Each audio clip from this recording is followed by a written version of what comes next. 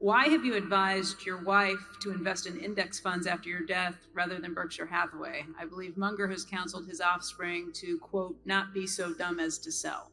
Yeah. She won't be selling any Berkshire to buy the index funds. All of my Berkshire, every single share, will go to philanthropy. So that I don't even regard myself as owning Berkshire. Basically, it's committed. And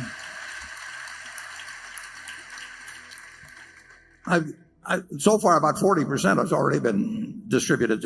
So the question is, somebody who is not an investment professional will be, I hope, reasonably elderly by the time that the estate gets settled. And what is the best investment, meaning one that there would be less worry of any kind connected with, and less people coming around and saying, why don't you sell this and do something else and all those things. She's going to have more money than she needs. And the big thing then you want is money not to be a problem.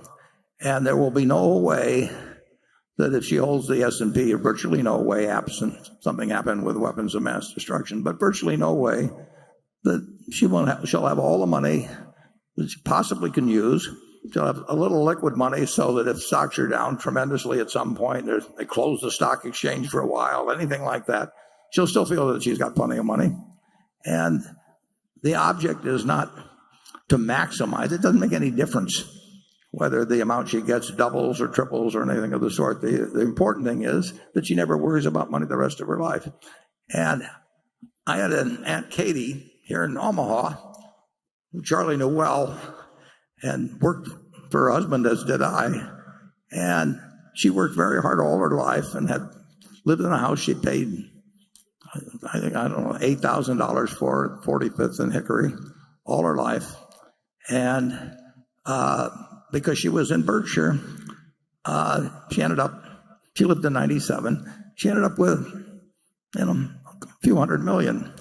And she would write me a letter every 4 or 5 months, and she said, "Dear Warren, I hate to bother you, but am I going to run out of money?" And and I would write her back, and I'd say, "Dear Katie, it's a good question, because if you live 986 years, you're going to run out of money." And then about 4 or 5 months later, she'd write me the same letter again. And I have seen there's no way in the world, if you've got plenty of money, that it should become a minus in your life. And there will be people, if you've got a lot of money, that come around with various suggestions for you, sometimes well-meaning, sometimes not so well-meaning. So if you've got something that's certain to deliver, it was all in Berkshire, they'd say, well, if Warren was alive today, he would be telling you to do this. I just don't want anybody to go through that. And the S&P will be I think actually what I'm suggesting is what a very high percentage of people should do something like that.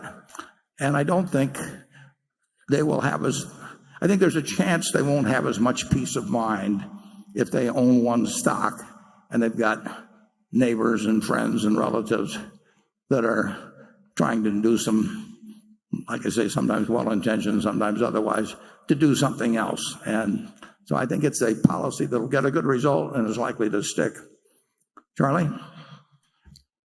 Well, as Becky said, the Mungers are different. I want them to hold the Berkshire. Well, I want to hold the Berkshire too. No, I don't like the.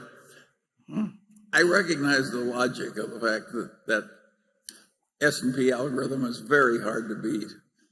Diversified portfolio of big companies, it's all but impossible for most people. But I'm just more comfortable with the Berkshire. Well, it's the family business. Yeah. But I've seen too many people as they get older, particularly being susceptible and just having to listen to the arguments of people coming along. Well, if you're going to protect your heirs from the stupidity of others, you may have some good system, but I'm not much interested in that subject. Okay.